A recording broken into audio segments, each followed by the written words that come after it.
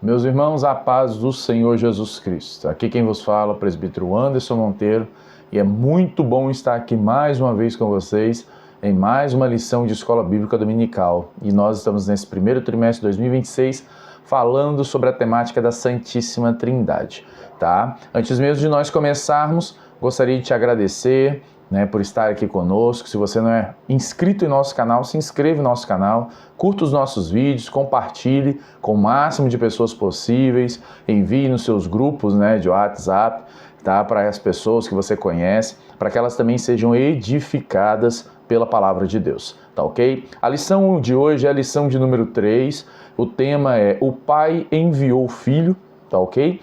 E nós vamos estar falando, comentando sobre essa temática aqui hoje. Antes de nós começarmos, vamos orar? Pai, em nome do Teu Filho amado Jesus, pelo poder do Espírito Santo, nós oramos neste momento, pedindo ao Senhor a Tua iluminação, que o Senhor possa ministrar aos nossos corações, nos capacitar dia após dia, abençoar a cada um, Senhor, que esteja vendo este vídeo, abençoar a sua aula, abençoar a sua escola de EBD, Senhor, onde quer que seja, em qualquer parte do Brasil ou do mundo. Em nome de Jesus nós oramos para que, meu Pai, o Teu Espírito Santo ministre em nossos corações e nos ilumine. Amém. Olha só, meus irmãos, lição de número 3 hoje, o Pai enviou o Filho. Nosso texto áureo diz o seguinte: nisso se manifestou o amor de Deus para conosco, que Deus enviou seu Filho unigênito ao mundo para que por ele vivamos. 1 João 4,9. Verdade prática: o envio do Filho revela o amor do Pai e a perfeita unidade da Trindade no plano da salvação, garantindo a redenção e adoção dos crentes. Nós temos nossa leitura bíblica em classe, que se encontra em João 3, 16 e 17, João capítulo 3, versículo 16 e 17, 1 João capítulo 4, versículo 9 e 10, Gálatas capítulo 4, do versículo 4 ao versículo 6. É a nossa leitura bíblica em classe, tá? Você pode estar acompanhando aí, quem tem a revista, Quem não tem pode estar abrindo na sua Bíblia, tá ok? Nossa palavra-chave da nossa lição hoje é envio, justamente sobre o Pai enviar o Filho, tá ok? Nós temos algumas reflexões aqui, eu coloquei essas reflexões antes da introdução para auxiliar você no entendimento melhor sobre a questão do envio do Filho, para que você tenha um suporte de textos bíblicos maiores. Uma das minhas sugestões aqui para a nossa aula é que você sempre tenha textos bíblicos, tá? Lógico que a lição, o comentarista, pastor Douglas Baptista, ele é exímio em colocar ali as citações, muito pertinente, porém você pode estar acrescentando mais citações, você pode estar buscando mais citações bíblicas para que a sua aula cada vez mais seja mais robusta, mais iluminada, mais esclarecedora, tá ok? Nós temos aqui, na nossa reflexão, que a Bíblia ensina que o Pai enviou Jesus ao mundo. Olha só, nós temos aqui pelo menos 6 a 5 declarações de Jesus que ele mesmo declara que o Pai o enviou. Nós temos João capítulo 5, versículo 37, João capítulo 6, versículo 44, João 6, 57, João 8, 16, João 8, 18, João 12, 49, João 20, 21, certo? Fora Gálatas capítulo 4, versículo 4 e 1 João capítulo 4, versículo 14. Todas essas declarações vão mostrar que, na verdade, Jesus foi enviado pelo Pai. Tá ok? Então você pode anotar esses textos, tá? Na sua lição, Pega um post-it, anota aí na sua lição, para que você possa ter, acesso a esses textos e possa também estar lendo eles e estar embasando, tá? a sua aula. Olha só, por que Deus enviou Jesus? Eu coloquei 4 pontos aqui, certo? Que você pode estar abrangindo, estar falando durante a sua lição, tá bom? Você pode estar encaixando ela aí durante a sua lição. Que é o seguinte: por que Deus enviou Jesus? Primeiro, para revelar o Pai. Nós vemos essa expressão do Pai, abertamente, reveladamente, nitidamente, nos evangelhos. O próprio Jesus, ele cita, ele tem esse contato com o Pai, esse contato relacional, ok? Então você vê o Pai sendo manifesto, sendo revelado, pela pessoa do Filho. Então nós temos aqui, João 1,18, Hebreus 1, do 1 ao 3, que antes, principalmente o versículo 1 de Hebreus, que antes ele falava, né, de várias maneiras, pelos seus profetas, agora ele vem falar pelo seu Filho. João 14:9. E também temos aqui um outro ponto, o segundo ponto, para acabar com o pecado. Esse foi um dos propósitos pelo qual o Deus Pai enviou Jesus, seu Filho. Hebreus 9:26, nós temos esse texto. 1 Pedro 2:24, Romanos 6, do 12 ao 14, 1 Pedro 4:1. Tá? Então, esse ponto aqui é para acabar com o pecado. Esse é o propósito também, um dos propósitos de Jesus. Nós temos o outro propósito, porque Deus enviou o Filho, né? Porque Deus enviou Jesus para destruir as obras do diabo. 1 João 3:8, João 12:31, Colossenses 2:15, Hebreus 2:14, Romanos 16:20, né? Em Romanos 16:20 vai dizer que em breve o Deus de paz esmagará Satanás debaixo de vossos pés. E olha só, e o último, né, para nós finalizarmos aqui essa breve reflexão, para nos salvar. Porque Deus enviou Jesus, o Filho, né? Porque o Deus Pai enviou Jesus, né, para o mundo, para nos salvar. Temos João 3:16, temos Efésios 2:8, temos Lucas 19:10, Romanos 10:9, 1 Timóteo 1:15, Hebreus 7:25, Atos 4:12, Tito 2:11. Você pode também estar procurando mais textos aí e acrescentando. Então, olha só, essa breve reflexão fala sobre o quê? Fala sobre o Pai que envia o Filho. Nós, no início, falamos sobre esses textos, né? O Pai que enviou o Filho, a veracidade que, de fato, o Filho foi enviado pelo Pai, né? Que são pessoas distintas da Trindade, Pai, Filho e Espírito Santo. Só que entende? Porque, na verdade, é o mesmo Deus. E porque Deus enviou Jesus para revelar o Pai, passei os textos para vocês, para acabar com o pecado, certo? Para destruir as obras do diabo e para nos salvar, tá bom? Então isso aqui é uma breve reflexão, você pode utilizar aí, você pode estar encaixando dentro da lição, utilizando os textos, tá ok? E assim vai ser melhor para você trabalhar esses textos. A nossa introdução vai dizer o seguinte: no plano eterno de redenção, ou da redenção, o Pai é quem envia o Filho para salvar o mundo. Tá? E aí, como eu coloquei aqui uns textos aqui, né? Anterior aqui, o último ponto vai falar que por que o Pai enviou o Filho para nos salvar. Temos textos aqui sobre salvação. Você pode estar começando a falar um pouco sobre salvação, né? Utilizando esses textos. E os assuntos que nós vamos abordar aqui é a suprema expressão do amor de Deus, a plenitude do tempo para a redenção e a obra perfeita da Trindade na salvação. Tá ok? Essa é a nossa introdução e nós vamos para o nosso tópico primeiro. O envio do Filho e o amor do Pai. Aqui o primeiro tópico ele vai falar do amor incondicional do Pai. O que seria esse incondicional? O ágape, né? O amor ágape, certo? Ou seja, Deus ele não trabalhou uma condição, certo? Ele não disse que se o Anderson me amar ou fizer algo errado, eu não amarei. Apesar que Romanos 3:23 vai dizer que todos nós pecamos e fomos afastados da glória de Deus, né? Se nós formos analisar Romanos 3:12, ele vai dizer que por termos nos afastado de Deus, nos tornamos inúteis. Então, ou seja, se Deus fosse amar pela condição, ele jamais nos amaria. Então, esse amor ágape é um amor que é oriundo e proveniente do próprio Deus. Ele é de origem divina. Então, ele não depende de homens, não depende de seres humanos, não depende de criação, não depende de ninguém. Na verdade, o próprio Deus escolheu, o que nós vamos ver no segundo ponto sobre soberania, ele escolheu nos amar. Nós temos aqui Romanos 5:8, a própria lição vai referir a isso, e nós temos aqui Efésios 2:8, né? Um texto muito conhecido por nós, que vai dizer que vós sois salvos pela graça. Ou seja, o que é graça? Favor imerecido. Eu sempre costumo, né, quando eu ensino, quando eu falo sobre graça, eu costumo dizer, quando a gente fala de favor imerecido, tem o lado de quem ofereceu o favor, que é Deus, e o imerecido, que somos nós. Entende? Então, graça é Deus que deu o favor e nós que somos os imerecidos, né, que recebemos esse favor. Então, graça é favor imerecido. Então, vós sois salvos pela graça, mediante a fé. Fé em quem? Em Cristo Jesus. E isso não vem de vós, não tem nada a ver com a gente. A gente não fez nada para poder merecer a salvação. Mas é dom, esse dom aqui é dádiva, presente. É algo que não merecíamos, mas Ele nos deu, ok? mas é dom de Deus. Então, ou seja, se a gente for pegar o 9, vai falar que nem não vem das obras para que ninguém se glorie. Então, ou seja, aqui a gente percebe que essa condição, Deus não trabalha a condição para amar. Ele nos ama incondicionalmente, né? Mesmo que nós estivéssemos em pecados, como assim o texto bíblico vai dizer, Paulo vai falar isso, mesmo que nós estivéssemos em pecados, ele nos amou primeiro.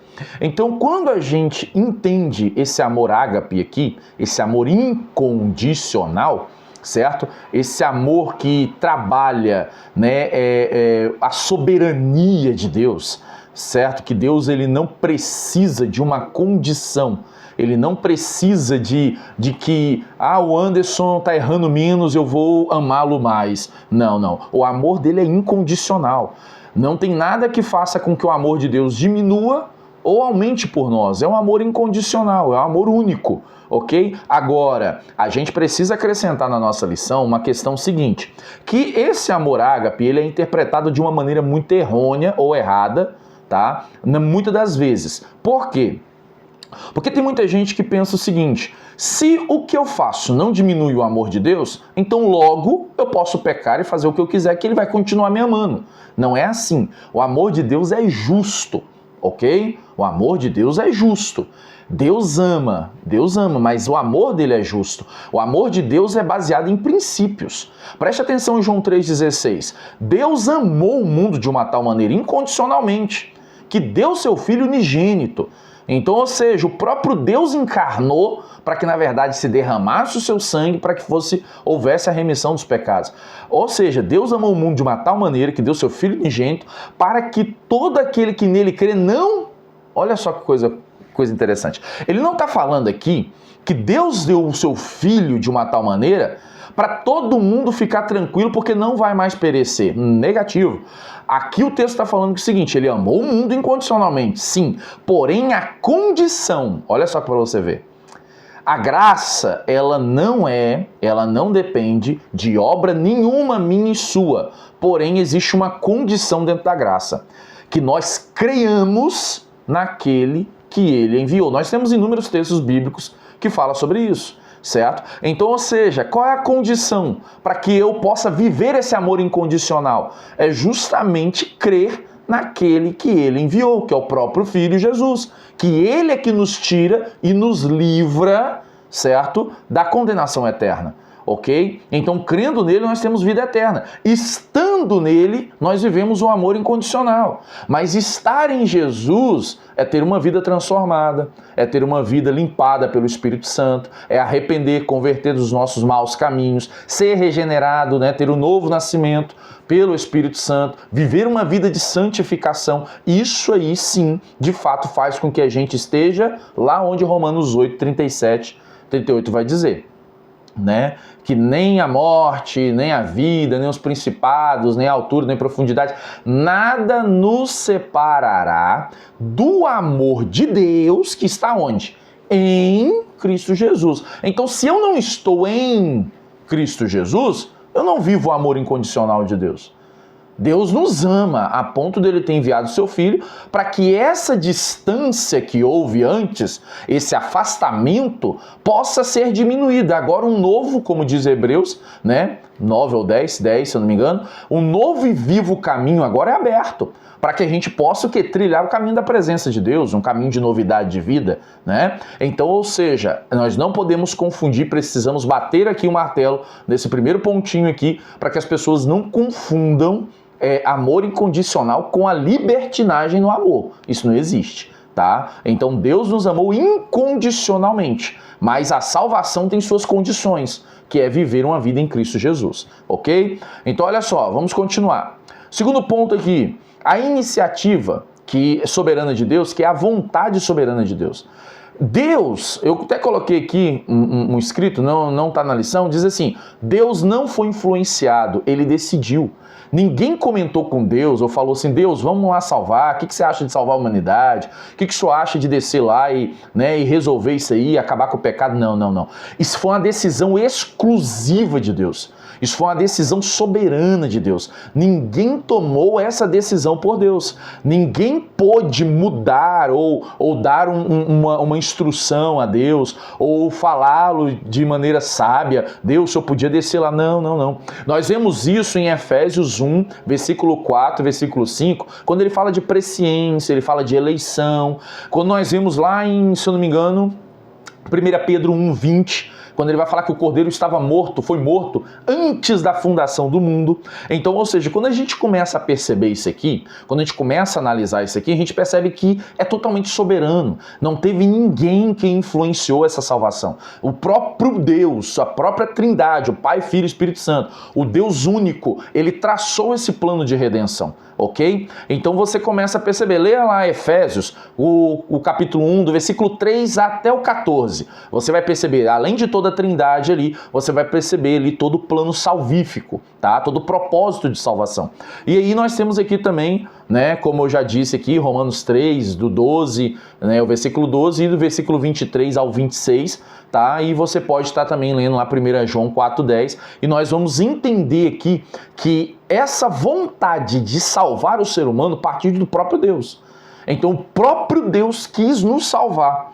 Então esse plano é partido do próprio Deus, da própria Trindade, Pai, Filho e Espírito Santo. Tá ok? Por isso que nós chamamos mais uma vez, nunca retire essa palavra dessa lição durante esse trimestre, chamada redenção progressiva, tá? Que Deus ele se manifesta com Pai, Filho e Espírito Santo, tá? Essa manifestação aqui não é como modalismo, tá? É a apresentação.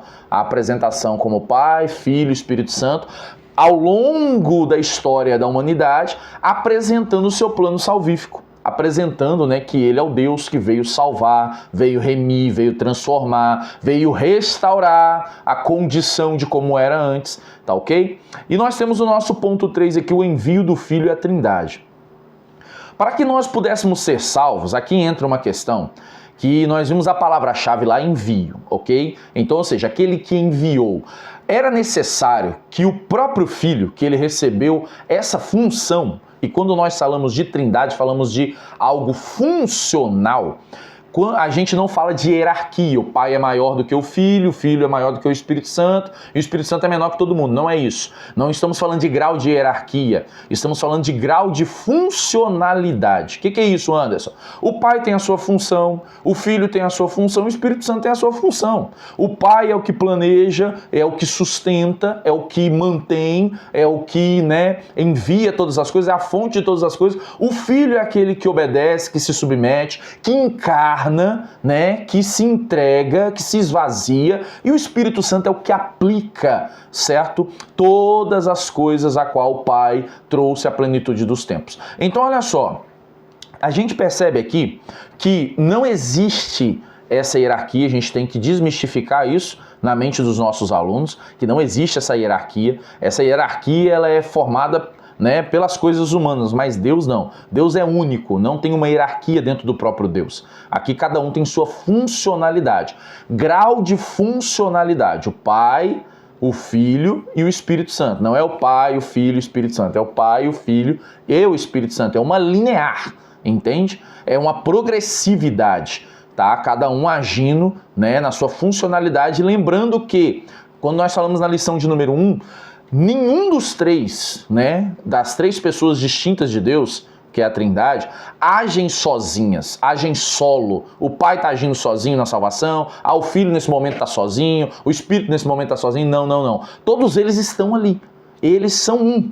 Eles é um, né? Eles é uma pessoa, um Deus em três pessoas, tá ok? Então não tem como eles estarem separados. Eles são harmoniosamente, eternamente unidos, ok? Porém, as suas funcionalidades, né, cada um faz a sua e opera a sua.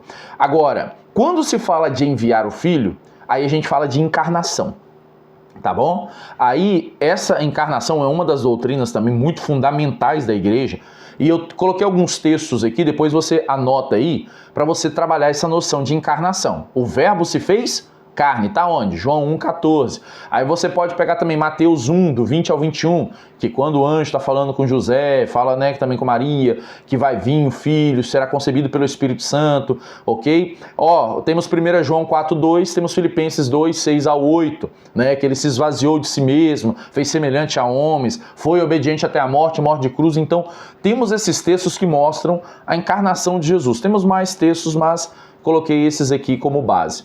E temos aqui o porquê que ele teve que encarnar. Então, ou seja, nós percebemos que ele teve que encarnar porque o sangue de Jesus é o que purifica-nos de todo pecado. Então, olha só, Hebreus 9:22 vai dizer que quase todas as coisas são purificadas por sangue. E sem derramamento de sangue, não há remissão de pecados. Temos aqui, ó, Hebreus 9:22, 1 Pedro 1:18-19, vai falar que nós não fomos comprados como coisas corruptíveis, como prata, ouro, né? Você vai ver no texto lá, Mateus 26:28, que Jesus vai falar sobre o sangue da nova e eterna aliança, Hebreus 13, do 11 ao 12, e 1 João, do 1 ao 7. Você pode utilizar esses textos aí para fundamentar não só a questão do envio, mas a questão também da encarnação e a questão do derramar de sangue. Olha só, presta atenção que está linear, né? O envio, a encarnação e o derramar de sangue que culmina na cruz do Calvário para a remissão dos nossos pecados, tá ok? Até aqui tudo bem? Temos Apocalipse 22:14 também, tá? Você pode anotar aí 22:14 no derramar sangue, que ele vai dizer assim, bem-aventurados os que lavam suas vestes no sangue do Cordeiro, pois eles terão direitos de comer do fruto da árvore da vida e entrar nas mansões celestiais pela porta. Olha só, tá? Aí você pode anotar aí como derramar de sangue. E nós vamos para o tópico 2. Tópico 2, o Filho e a plenitude dos tempos. Olha só, a plenitude dos tempos é a revelação, a totalidade de todas as coisas sendo apresentada nesse tempo. Tá ok? E aqui o ponto 1 vai falar o seguinte, a preparação histórica e religiosa. Porque o comentarista aqui e dados históricos também, né, estudiosos, teólogos, vão dizer que a plenitude dos tempos aqui é um tempo designado pelo Pai, né, em apresentar, em revelar o seu plano salvífico. Né? Temos aqui, eu peguei essa citação aqui de Madel Henry, que é uma Bíblia de Estudo Madel Henry, está na página 1919, tá ok? E ele vai dizer o seguinte, a plenitude dos tempos é um tempo designado pelo Pai, em que ele colocaria um fim na dispensação da lei e estabeleceria a graça. Então, ou seja, esse é um período onde nós conseguimos ver que a vinda do Messias, né, a vinda do Filho de Deus encarnado, foi um tempo que o próprio Pai decidiu, um tempo onde o próprio Pai, ele trabalhou ali para que o Filho fosse revelado, e o Filho sendo revelado, o Pai seria revelado, o Pai e o Filho sendo revelado, o Espírito Santo seria revelado. Então, ou seja, por isso chamamos da plenitude dos tempos, aonde praticamente foi descoberta, né, tirado aí as vendas e mostrado toda a intenção de Deus, todo o seu plano salvífico, e não somente isso, mas também uma forma estratégica de propagação do Evangelho, uma forma estratégica de propagação da palavra de Deus, porque nesses tempos o Império Romano já havia abrido, né, inúmeras estradas, inúmeras rotas, o pensamento grego cultural já havia alcançado muitos lugares. Então, ou seja, era um campo muito vasto para o Evangelho ele ser propagado, ele ser, né, disseminado, ele ser mostrado, evidenciado, assim como foi feito. Né, o que o Evangelho ele se espalhou rapidamente ao longo da Europa, da Ásia, da África, né, desses continentes grandiosos. Então, ou seja, essa plenitude dos tempos vai mostrar também, né, essa estratégia de Deus em trabalhar as conexões do mundo antigo ali, tá bom? Você pode ter aqui texto aqui que a própria lição cita, Romanos 5:6, Atos 17, do 24 ao 26, vai mostrar algumas questões aí da expansão do Evangelho, tá bom? Aí nós temos o ponto 2 aqui. O ponto 2 vai falar o filho nascido sob lei. Aqui nós entendemos uma questão interessante. Jesus ele nasce sobre a circunstância da lei, tá ok? Ele não quebra a lei, ele não destrói a lei. Nós vemos isso em Mateus 5,17. Ele mesmo vai declarar isso no Sermão do Monte. Eu não vim destruir, dependendo de traduções vai falar, eu não vim abolir a lei, eu vim cumpri-la. Tanto que nós temos textos aqui de Gálatas capítulo 4, né, versículo 4, até a parte B aqui, ele cita que na verdade ele é nascido de mulher sob a lei, tá? Nós temos outros textos que vai citar aqui, Gálatas capítulo 4, versículo 3, se eu não me engano, que ele vai dizer que ele se fez maldição em nosso lugar, cumprindo a lei, porque na verdade nós éramos e fomos considerados malditos, porque éramos transgressores da lei. Nós transgredimos, nós ultrapassamos, nós quebramos a lei constantemente. Tiago 2,10, ele vai dizer o seguinte: se você tropeça em uma lei, tropeça em todas. Então nenhum homem da face da terra conseguiu cumprir a lei, mas Jesus cumpriu a lei à risca. Ele foi lá e se fez maldição em nosso lugar, ele cumpriu a lei, logo quem está em Cristo cumpre a lei também, e não é mais maldito. Então olha só que coisa maravilhosa, nós temos aqui essa afirmação, Jesus ele não quebrou as leis, ele cumpriu elas, ok? Então após cumprir essas leis, mesmo ele nascendo aqui, né, em um tempo que estava sendo ainda, né, vigente a lei, não que a lei agora, que não é agora o caso eu comentar aqui agora, mas não que a lei ela foi, né, totalmente abolida, a lei ela existe. Né, se nós formos ver em outros textos, a lei é boa, 1 Timóteo vai dizer isso, né, que o Paulo vai escrever isso a Timóteo, que a lei é boa, certo? A lei é justa e ela serve para aqueles que vivem, né, fora da graça, fora, né, dos mandamentos de Deus. Ela serve para julgar. Então, se uma pessoa ela não vive na graça de Cristo, uma vida arrependida, uma vida de novidade de vida, ela vai viver sob o jugo da lei. E o jugo da lei é morte. Mas a lei da graça é vida, entende? Então, nós precisamos entender isso aqui. Mas que Jesus ele veio nascido sob a lei, ok? Olha só, nós temos aqui, o texto que eu falei aqui sobre a lei aqui é Gálatas 3,13, tá bom? Olha só, adoção de filhos. Jesus não somente é o filho unigênito. O que é filho unigênito? É o único filho, tá, de Deus. Por quê? O filho do Pai, porque ele é do mesmo tipo, mesma essência divina. Não tem outro filho além do Filho unigênito. Jesus é gerado da mesma essência divina. Então, logo, ele é gerado de Deus, ele é o próprio Deus. Nós precisamos entender isso aqui.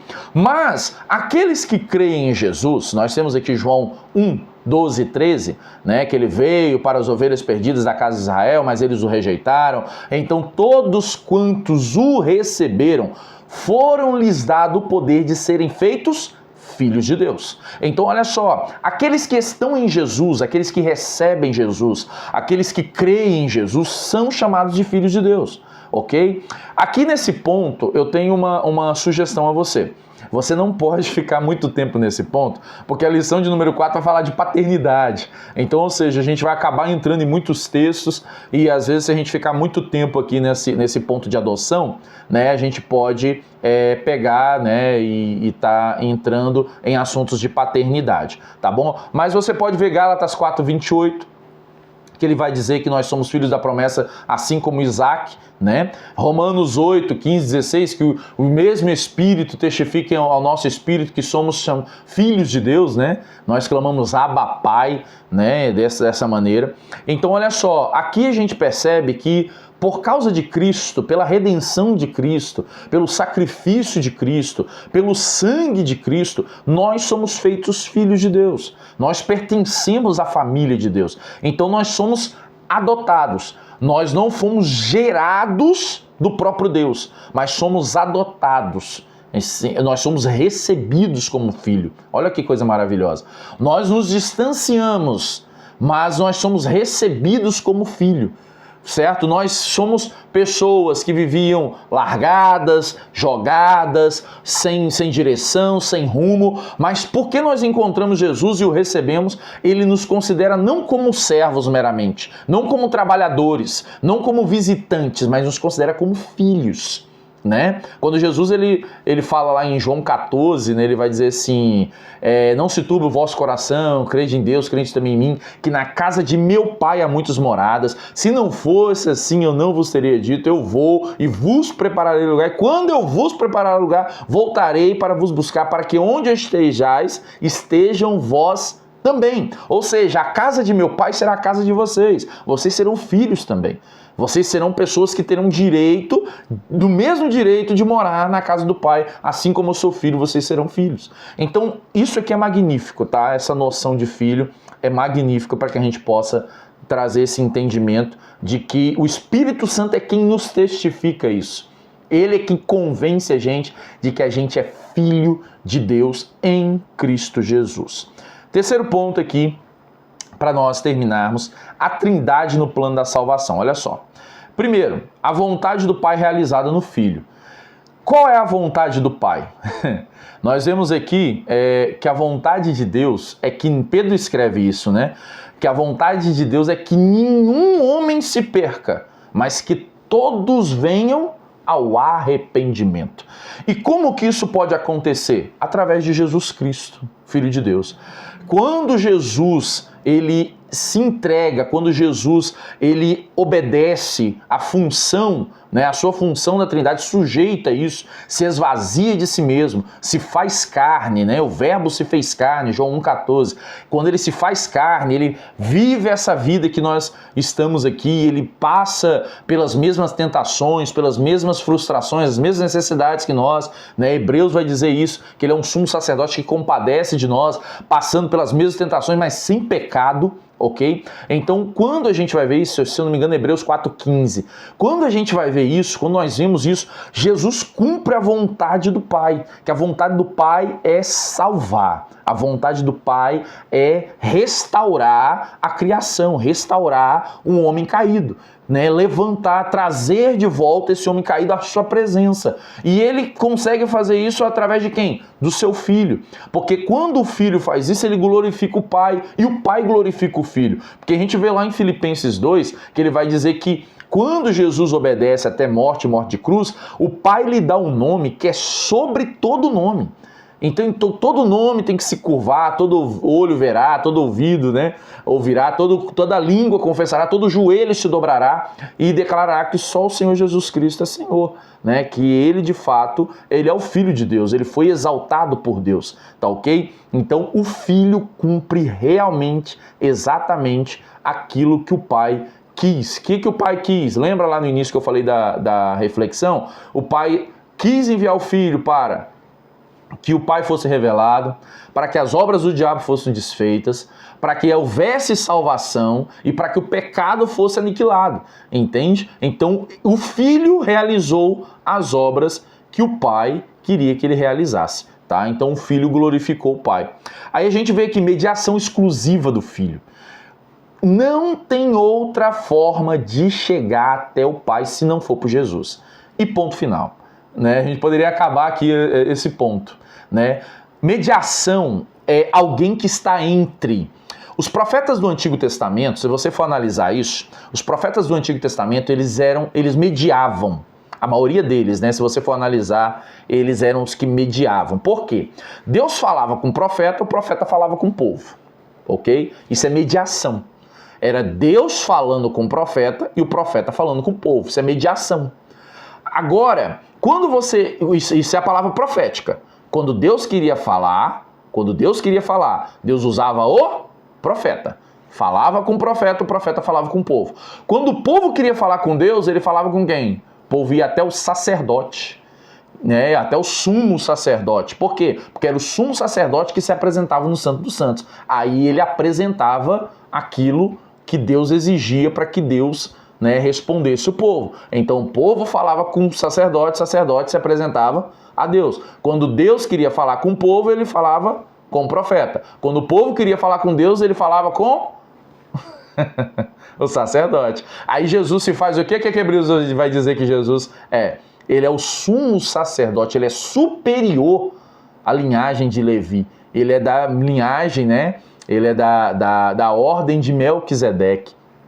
Nós não vamos entrar aqui nisso aqui, porque senão a gente vai passar muito tempo aqui. Mas olha só, essa mediação é justamente isso. Jesus é o nosso sumo e supremo sumo sacerdote. Ele que está lá intercedendo por nós. É ele que está nos céus. É ele que fala, olha Pai, tá vendo isso ali? Eu paguei o preço por ele, eu morri por ele, né? Meu sangue foi vertido por ele, o pecado dele foi pago, eu paguei, né? O nome dele está escrito no livro da vida. ok? É isso que acontece, porque ele é o mediador. Ele é o mediador. Nós só conseguimos falar com o Pai através de Jesus Cristo, pelo poder do Espírito Santo. Entende? Então, ou seja, o próprio Paulo vai dizer que nós não sabemos orar e o Espírito intercede por nós. Então o Espírito de Deus nos ajuda a orar, ele nos ensina a orar, para que falamos ao Filho, para que o Filho fale ao Pai. O Filho é o mediador. Entende? Então a gente precisa entender essa mediação exclusiva. Não tem ninguém na face da Terra, em outro planeta, no céu, na Terra ou embaixo da Terra, que possa substituir a mediação do Filho. É o único que pode levar e interceder por nós. E como, se eu não me engano, 1 João 2:1 vai dizer que ele é advogado fiel. É o único que advoga as nossas causas. É o Filho, tá? Que é Jesus Cristo, o Filho de Deus. Tá ok? Temos aqui texto de João 14:6, que nós conhecemos, que Jesus vai deixar a declaração máter, né, da mediação. Eu sou o caminho, a verdade e a vida. Ninguém, absolutamente ninguém vai ao Pai se não for por Jesus. Ele vai dizer se não for por mim. Temos 1 Timóteo 2:5, que só há um mediador. A Bíblia é clara, a Bíblia é inerrante palavra de Deus. Só há um mediador entre Deus e os homens. Jesus, homem. Olha só para você ver. Jesus, homem. Acabou. Só há um mediador. Entre Deus aqui e os homens aqui, Jesus é o mediador, ok? Nós precisamos entender isso aqui. E para finalizarmos, a aplicação da salvação pelo Espírito. Preste atenção, se Jesus ele ofertou, ele ofereceu, ele trabalhou toda essa salvação para que nós pudéssemos se aproximar de Deus, o Espírito de Deus é o garantidor, o aplicador dessas bênçãos. Ele é aquele que nos convence, ele é aquele que nos santifica, ele é aquele que nos regenera, ele é aquele que nos ensina, ele é aquele que nos sela, ele é aquele que nos santifica progressivamente, ele é aquele que assegura a nossa perseverança, ele é aquele que glorifica o Filho, glorifica o Pai, ele é aquele que age em nós, ele é aquele que nos ajuda, ele é aquele que nos fortalece. Esse é o Espírito Santo, é aquele que nos dá poder, nos dá dons, nos dá capacidade. O Espírito Santo é o que aplica, é o que nos ajuda nessa obra redentora, para que a gente possa permanecer como herdeiros de Deus, tá? Co-herdeiros em Cristo Jesus, para toda boa obra, ok, meus irmãos? E a conclusão é: o envio do Filho pelo Pai revela o amor eterno e soberano de Deus